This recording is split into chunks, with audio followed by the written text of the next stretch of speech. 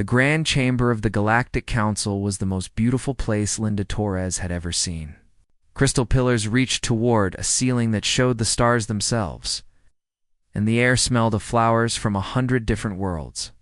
Representatives from 47 alien species sat in their designated seats. Their strange bodies and stranger faces all turned toward the center platform where Linda stood. She was nervous.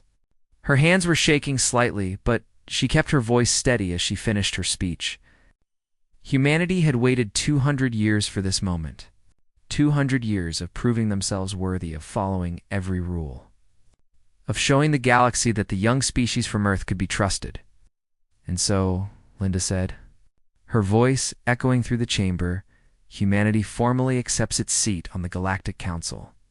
We look forward to an era of peace and cooperation with all member species. The chamber erupted in polite applause. Some of it even seemed genuine. Linda allowed herself a small smile as she stepped down from the platform. Her assistant, a young man named Kevin Wright, met her at the bottom of the stairs. "That was perfect, Ambassador," Kevin whispered.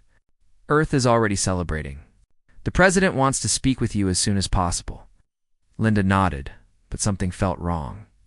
She looked around the chamber and noticed that several alien representatives were leaving through side doors. Their movements seemed hurried, almost nervous.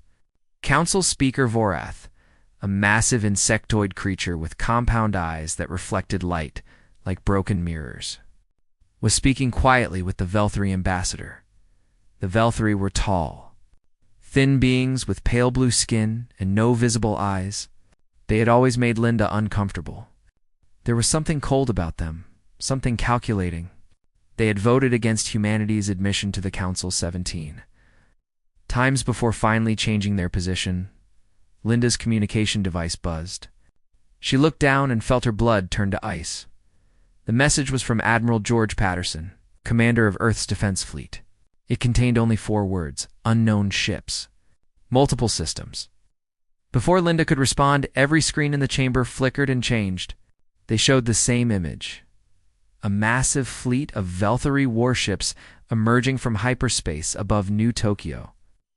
One of humanity's largest colony worlds, Linda watched in horror as the ships opened fire. The colony's defense satellites lasted less than 30 seconds. Then the bombardment began.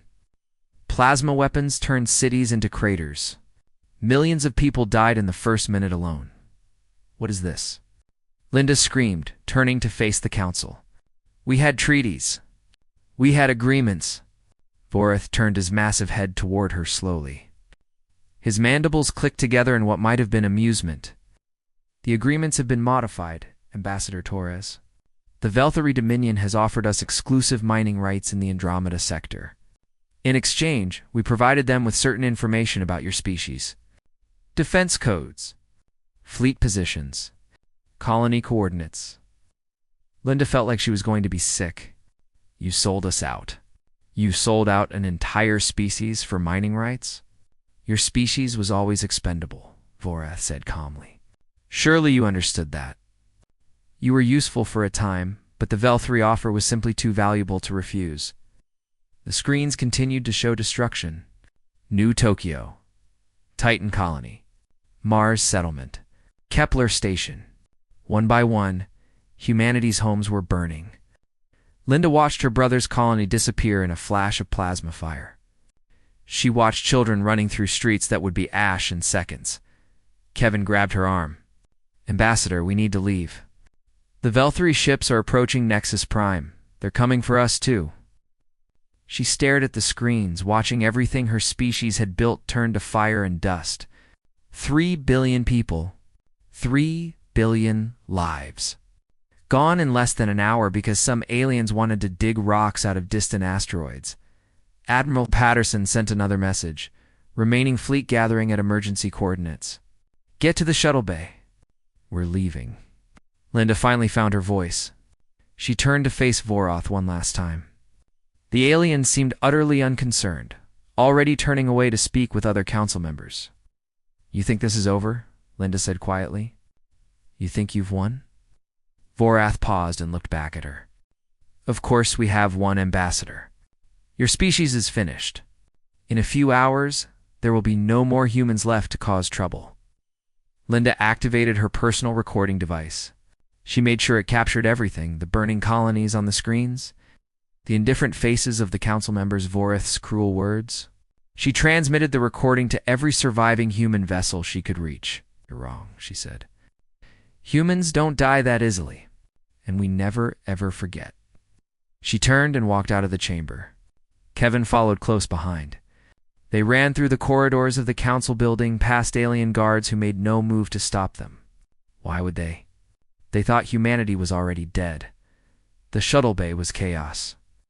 Human diplomats and their families were cramming into every available vessel.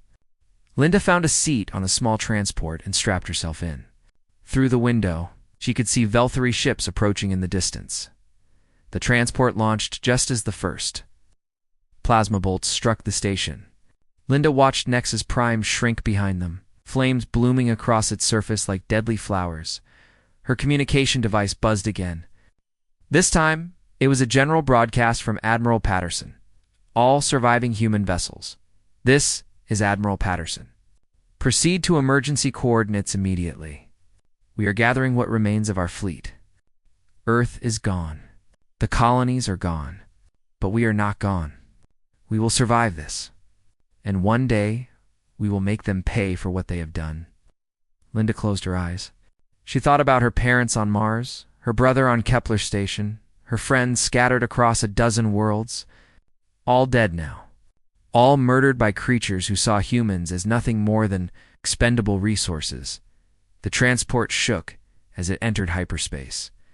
Around her, people were crying, praying, or simply sitting in shocked silence. The youngest passenger was a girl of about 7 years old. She was clutching a stuffed bear and staring at nothing. Linda moved to sit beside the child. "What's your name?" she asked gently. "Sophie," the girl whispered. "Where's my mom?" Linda had no answer.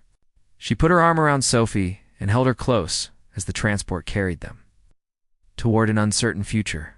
Somewhere behind them, the galaxy celebrated humanity's destruction. The Velthari held parades. The council congratulated themselves on a profitable decision. No one mourned the dead, but in the cold darkness of space, 47 human warships and 300 civilian vessels carried the last survivors of Earth. They were broken. They were wounded, and they were filled with a grief that had no words. They were also filled with something else, something the council had never considered. Rage, pure, cold, patient rage. And humans were very good at waiting.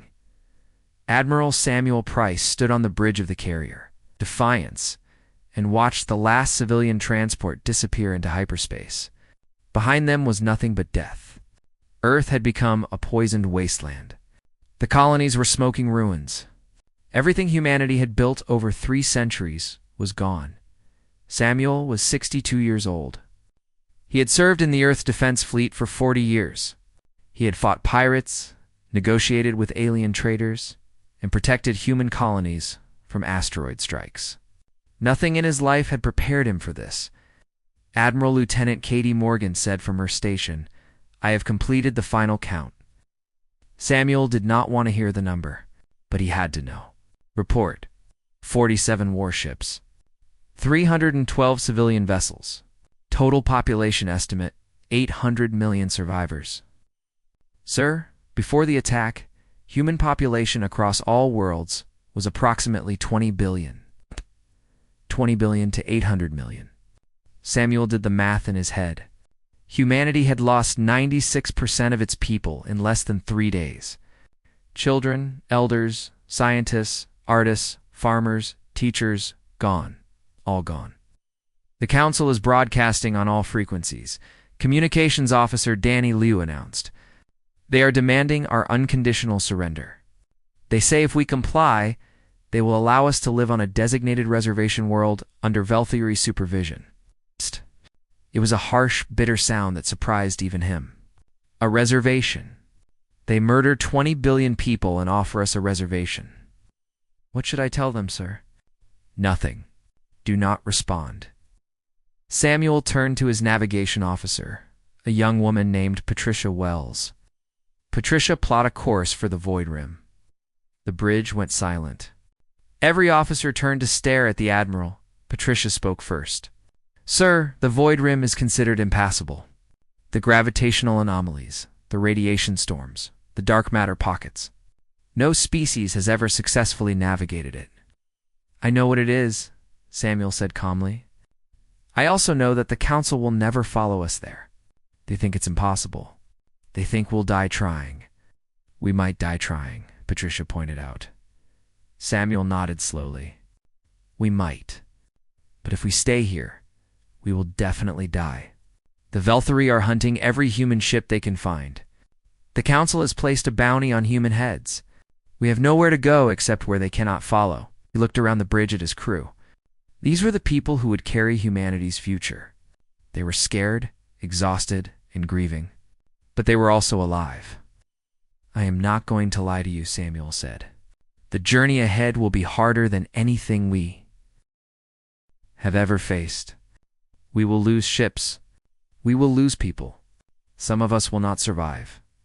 But those who do will be free.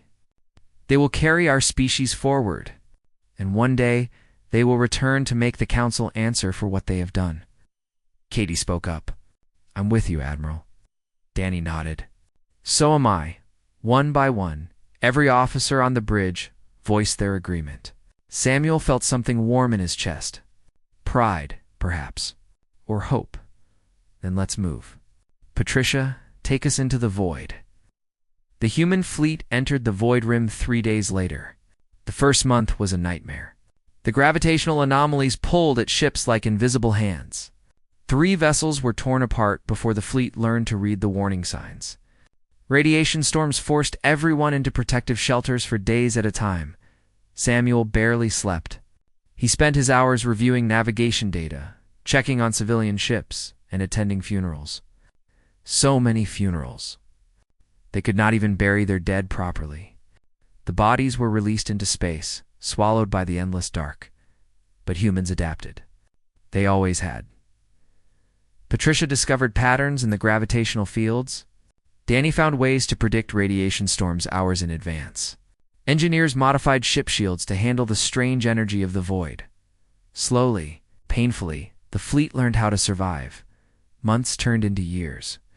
Children were born on the refugee ships. Some elders passed away.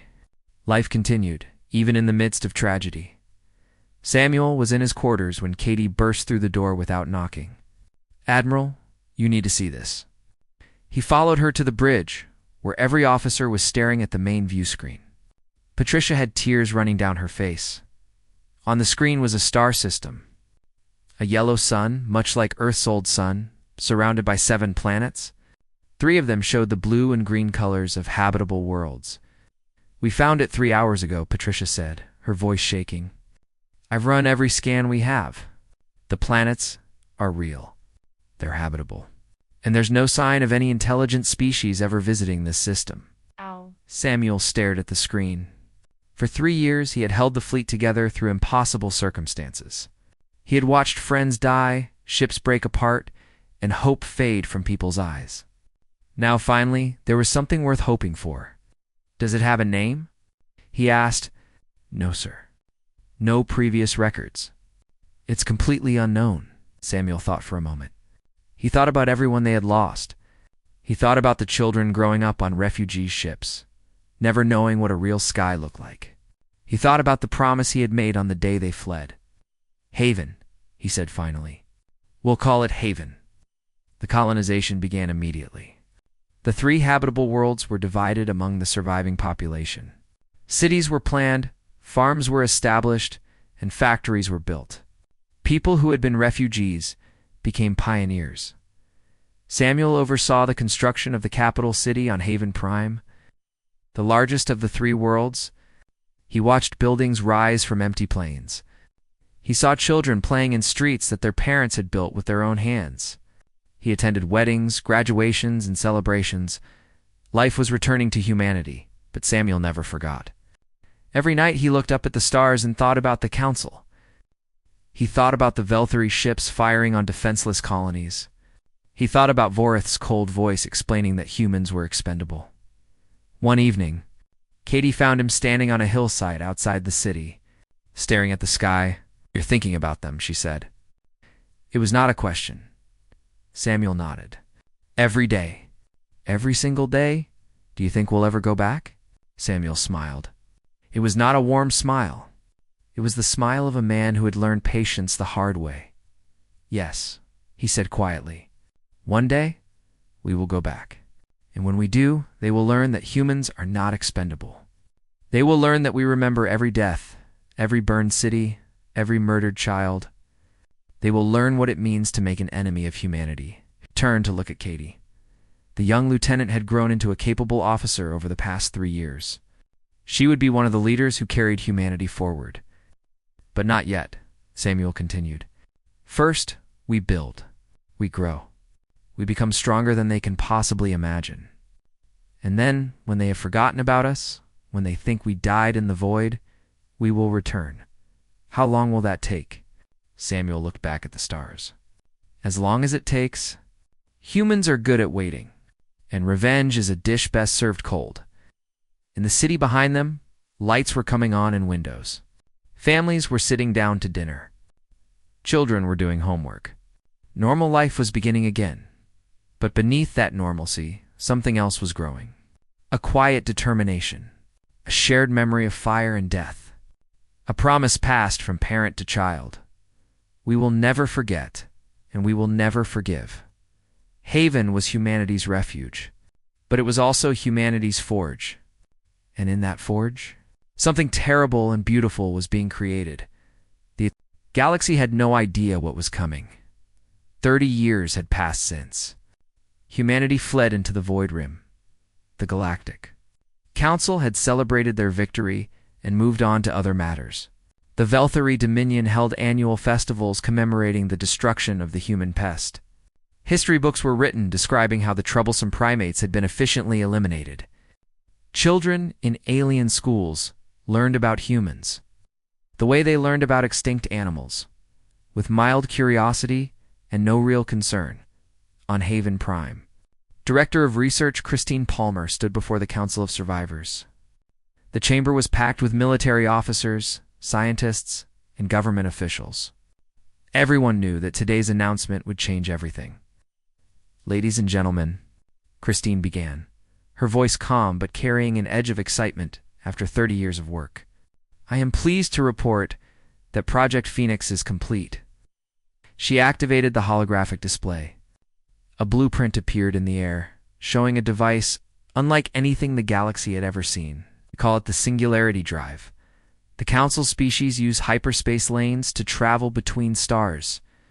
These lanes are fixed paths through folded space. Ships can only go where the lanes allow. This has limited exploration and given control of travel routes to those who map the lanes. Ow. Christine smiled. The Singularity Drive doesn't need lanes. It folds space directly. Any point in the universe is accessible in seconds. No restrictions. No predetermined routes. Complete freedom of movement. Governor Daniel Cruz leaned forward in his seat. He had been elected leader of Haven's unified government 10 years ago and had overseen humanity's transformation, from refugees to something else entirely. "You saying our ships can appear anywhere without warning?" he asked. "Exactly. No detection systems can track the folding process. No defenses can prepare for our arrival. We simply appear, strike, and disappear before anyone can respond." Murmurs spread through the chamber. Admiral Samuel Price, now 127 years old, but looking no older than 50, thanks to life extension technology, raised his hand. "Tell them about the other projects," he said. Christine nodded and changed the display. "The Singularity Drive is just the beginning. Project Forge has developed nano-reconstruction technology. We can transform raw asteroids into fully functional warships in approximately 12 hours. This means we can build an unlimited fleet as long as we have access to space rocks." She changed the display again. Project Merge has created neural interfaces that allow humans to combine their consciousness with artificial intelligence. These hybrid intellects can process information thousands of times faster than normal minds.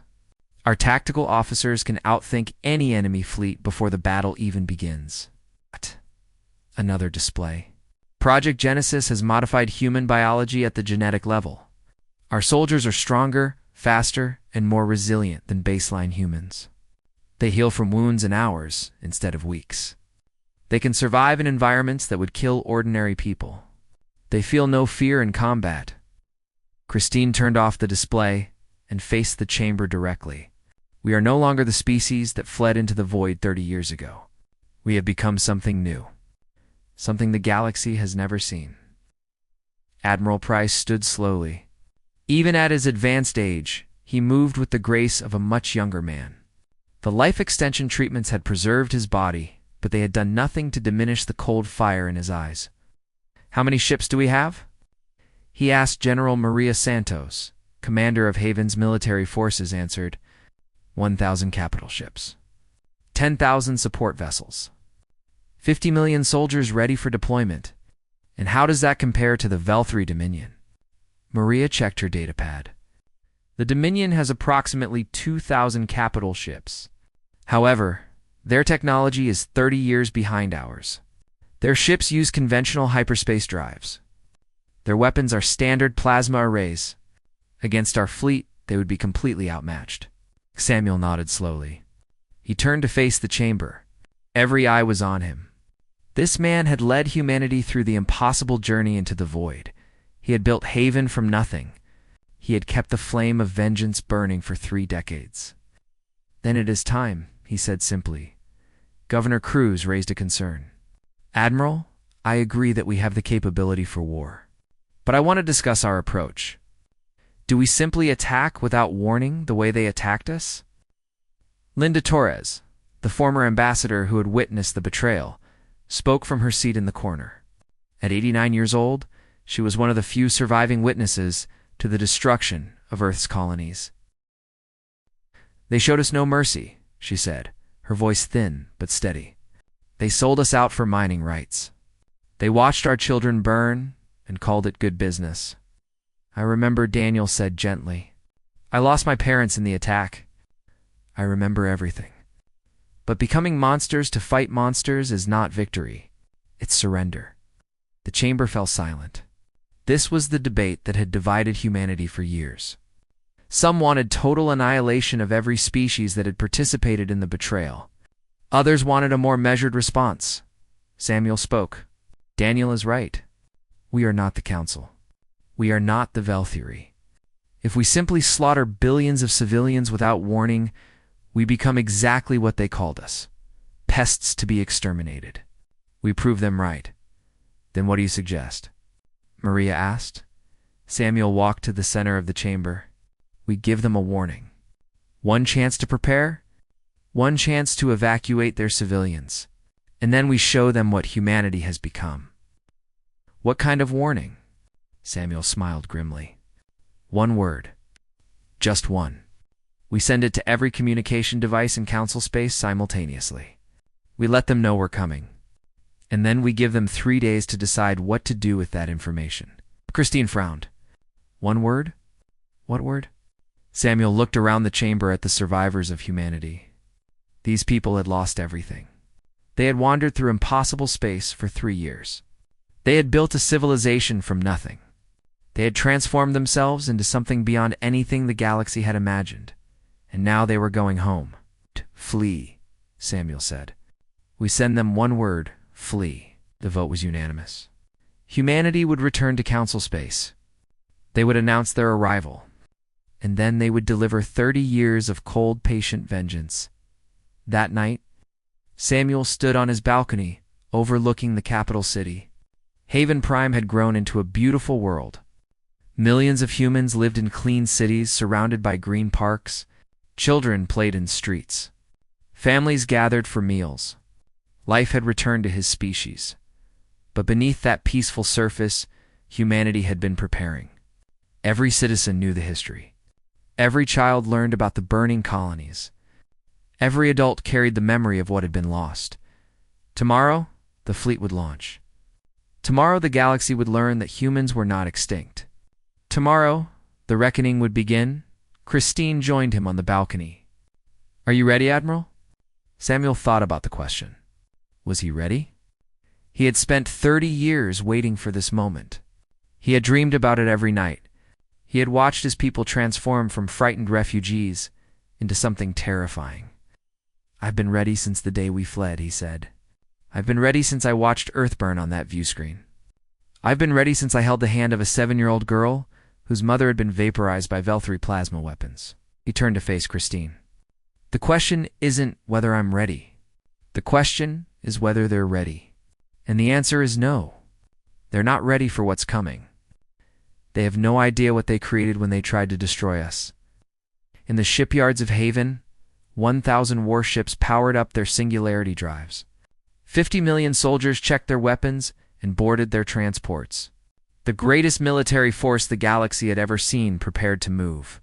And in the hearts of 800 million humans scattered across 3 worlds, a single thought echoed: we remember, we return, and we will never forgive. The galaxy had 30 years to forget about humanity. They were about to remember Council. Speaker Voreth was enjoying his morning meal when the transmission arrived. He was eating a bowl of fermented grain, the traditional breakfast of his insectoid species, and reviewing reports from the mining operations in the Andromeda sector. The operations were profitable. The decision to eliminate the humans 30 years ago continued to pay dividends. His personal communication device buzzed. Vorath glanced at it with mild irritation. His schedule was carefully managed. Unexpected interruptions were rare. The message on the screen made his blood freeze. One word. Just one word, appearing in the ancient text of his species, flee. Below the word was a signature: humanity. Remembers. Voreth dropped his bowl. Fermented grain splattered across his expensive floor. He stared at the message, his compound eyes unable to process what he was seeing. It was impossible. The humans were dead. They had fled into the Void Rim 30 years ago and never emerged. Everyone knew that nothing could survive the gravitational anomalies and radiation storms of that cursed region. The humans had been extinct for 3 decades, but the message was real, and it was appearing everywhere. Voreth's assistant burst into the room. "Speaker, the transmission is on every device in Council space. Every planet, every station, every ship. We cannot trace the origin, and we cannot block it." Vorath stood slowly. His legs felt weak. For the first time in his long life, he felt genuine fear. "Contact the Velthry Dominion," he ordered. "Tell them we have a situation." Across the galaxy, similar scenes played out. Alien leaders stared at their communication devices in disbelief. Military commanders scrambled to interpret the threat. Civilians whispered to each other in the streets. The humans are back. The humans remember. The Velthry Dominion reacted with characteristic arrogance. Their supreme commander, a tall creature named Lord Kethris, addressed his council with contempt. "This is obviously a hoax," Kethris declared. "Some rebel group trying to cause panic. The humans died 30 years ago. Even if a few survivors somehow escaped, they could never pose a threat to our empire. We have 2,000 warships. What could a handful of refugees possibly do against us?" His council members nodded in agreement. The Dominion had ruled its sector of the galaxy for 1,000 years. They had conquered dozens of species. They had never been seriously challenged. "Increase patrols around our core worlds," Kethris ordered. "If any human ships appear, destroy them immediately. This will be over in a few days." 3 days passed. The galaxy held its breath. On the morning of the 4th day, the human fleet emerged from nothing directly above the Velthry homeworld. 1,000 capital ships appeared in an instant, surrounding the planet like a cage made of death. Their designs were unlike anything the Dominion had ever seen. Sleek, dark vessels that seemed to absorb light rather than reflect it. No hyperspace signatures. No warning signals. They were simply there. Lord Kethris was in his command center when the alert came. He looked at the tactical display and felt his confidence crumble. "That's impossible," he whispered. "Ships cannot appear without hyperspace signatures. It violates the laws of physics." "Lord Kethris," one of his officers said, voice trembling, "they are hailing us." A holographic image appeared in the command center. It showed a human male, older but strong, with cold eyes that seemed to look through Kethris rather than at him. "I am Admiral Samuel Price of the Terran Alliance," the human said. 30 years ago, your species murdered 3 billion of my people while they slept. You burned our children in their beds. You poisoned our worlds and celebrated your victory." Kethris tried to speak, but no words came out. "We gave you 3 days to evacuate your civilians," Samuel continued. "Our sensors show that approximately 40% of your population has fled to your colony worlds. The rest chose to stay. That was their choice. That was your choice. You cannot do this," Kethris finally managed to say. "The Galactic Council will not allow it. Every species in the galaxy will unite against you." Samuel smiled. It was not a pleasant smile. Let them try. "We spent 30 years in exile, preparing for this moment. We have technologies you cannot imagine. We have weapons you cannot stop. And we have something else. We have memory. We remember every name, every face, every child who died because your species wanted mining rights." He leaned closer to the camera. "Today, the Dominion pays its debt. The bombardment lasted for hours. The human ships fired weapons that the Velthari had never encountered. Beams of focused gravitational force that crushed buildings like paper. Missiles that released nanomachines, eating through metal and flesh alike. Electromagnetic pulses that killed every electronic system on the planet. The Velthari fleet tried to fight back. Their plasma weapons splashed harmlessly against human shields. Their ships were too slow to track human vessels that appeared and disappeared at will. In 2 hours, every Dominion warship was debris. When it was over, the Velthari homeworld was a lifeless rock. The population that had stayed behind, approximately 8 billion beings, was gone. The capital city where Lord Kethris had once ruled with such confidence was a crater filled with ash.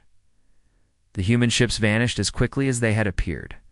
But they left behind a new message, broadcasting on all frequencies. The Velthari Dominion is dissolved. Their homeworld is dead. Their fleet is destroyed. This is the price of betrayal. This is the cost of murdering human children. Who is next? Across the galaxy, species that had voted for humanity's destruction watched in horror. They had seen the Velthari as invincible, a 1,000-year empire with the largest military force in their sector. And the humans had erased them in 4 hours. Voreth sat in the council chamber, alone. The other representatives had fled, desperate to reach their homeworlds and prepare defenses. But Voreth knew there was no defense against what he had seen. The humans were back, and they had become something beyond anything the galaxy had imagined. He remembered Linda Torres, the human ambassador who had stood in this very chamber 30 years ago. He remembered her final words. "You think you've won? Humans don't die that easily, and we never ever forget." He had laughed at her then. He had dismissed her species as expendable pests. He had watched their worlds burn and felt nothing but satisfaction at a profitable business deal. Now, sitting alone in the empty chamber, Voreth understood the truth. The council had not eliminated a pest. They had awakened a predator, and that predator was very, very hungry. His communication device buzzed. Another message from the human fleet. "Speaker Voreth, you were the one who explained to our ambassador that humans were expendable. We remember your exact words. We remember your face. We remember everything. You have 72 hours to evacuate the council homeworld. After that, we are coming for you personally. Not your species. Not your civilization, you. Consider this our courtesy. It is more than you showed us." Voreth stared at the message for a long time. Then he began to run. The galaxy was learning a lesson it would never forget. The lesson was simple. Do not make enemies of humans. Because humans remember. Humans survive. And humans always return. The reckoning had begun. The destruction of the Velthari Dominion sent shockwaves through the galaxy. Species that had participated in humanity's betrayal scrambled to respond. Some chose defiance. Some chose surrender. All eventually faced judgment. The Koath Syndicate was the first to challenge the returning humans. They assembled a fleet of 500 warships and declared that they would show the galaxy how to deal with human aggression. Their fleet lasted approximately 2 hours. Human ships appeared inside their formation, tearing them apart from within. There were no survivors. The Nexathi Federation chose a different path.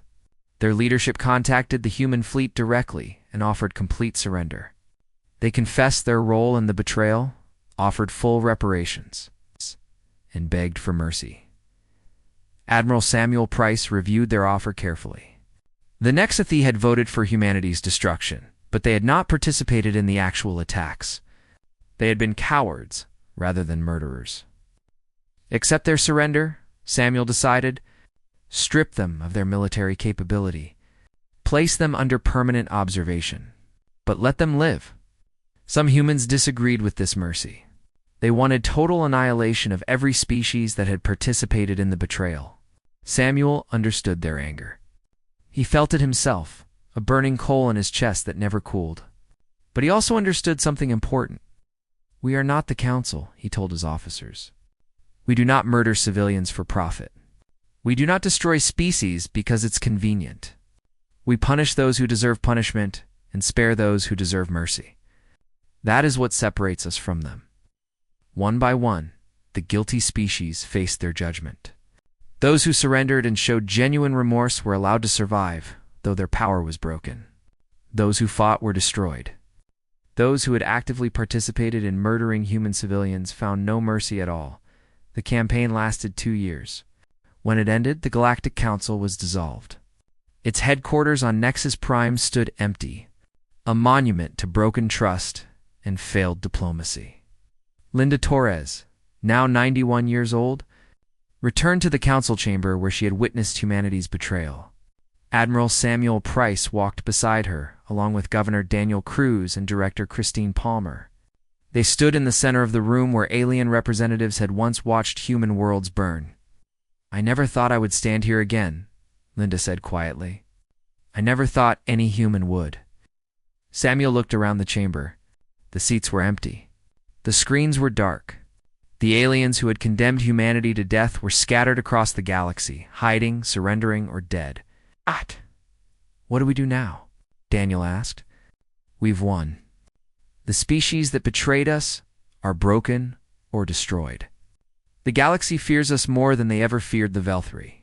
But fear isn't peace. Fear isn't safety. Christine nodded. The other species are terrified. They think we'll continue expanding, conquering everyone we encounter. Some are already forming secret alliances against us. Linda walked slowly to the central platform where she had once given her acceptance speech. She remembered being so happy that day, so proud of humanity's achievement. She remembered believing that the galaxy would welcome her species as equals. She had been so naive. We build something better, Linda said finally. Not a council based on power and profit. Not an empire built on fear. We create something new. An alliance where every species has real protection. Where no one can be sold out for mining rights. Where the strong defend the weak instead of devouring them. Samuel raised an eyebrow. You think that's possible? After everything we've done? I think we have to try. If we become tyrants, we prove that the Council was right about us. If we retreat to Haven and isolate ourselves, we leave the galaxy to fall into chaos. Linda turned to face her companions. The only way forward is to show them that humans can be trusted. Not because we're weak, but because we choose to be fair. Daniel considered this. It will take decades, maybe centuries. The wounds we've inflicted won't heal quickly. Then we have decades. We have centuries. Humans are patient. Linda smiled slightly. We waited 30 years in exile, preparing for vengeance. We can wait longer than that to build something worth having. The New Terran Alliance was founded 3 months later. Its founding document was simple. Any species could join, regardless of their history with humanity. Members would receive protection from external threats and access to human technology. In exchange, they would agree to certain principles. No slavery, no genocide. No betrayal of allied species. At first, only a few desperate species signed on. They were small civilizations, vulnerable targets who had been preyed upon by larger powers for centuries. The Alliance protected them, and word spread. Gradually, more species joined. Some came seeking safety. Some came seeking trade opportunities. Some came because they genuinely believed in the Alliance's principles. Whatever their reasons, they found something unexpected. Humans who kept their promises. Humans who defended their allies. Humans who treated other species with respect rather than contempt. 50 years after the Alliance's founding, more than 100 species had joined. Trade routes connected human space to distant corners of the galaxy. Scientific cooperation produced advances that benefited everyone. Wars between member species became almost unknown, and in schools across 1,000 worlds, children learned the story of humanity's fall and rise. They learned about the burning colonies and the exodus into the void. They learned about the transformation and the return. They learned about the reckoning that followed, but they also learned something else. They learned that humanity had chosen not to become monsters. They learned that the survivors of humanity's greatest tragedy had built something better instead of simply destroying everything they could reach every year. On the anniversary of the betrayal, humans and their allies gathered to remember the dead. They spoke the names of the lost colonies, New Tokyo, Titan, Mars, Kepler, and dozens more. They lit candles for the murdered billions. They whispered the promise that had sustained humanity through its darkest years. Never again. Never forget, Admiral Samuel Price died at the age of 217. Surrounded by great-grandchildren on Haven Prime, his final words were recorded and broadcast across the Alliance. I have lived long enough to see our species rise from ashes. I have seen former enemies become trusted friends.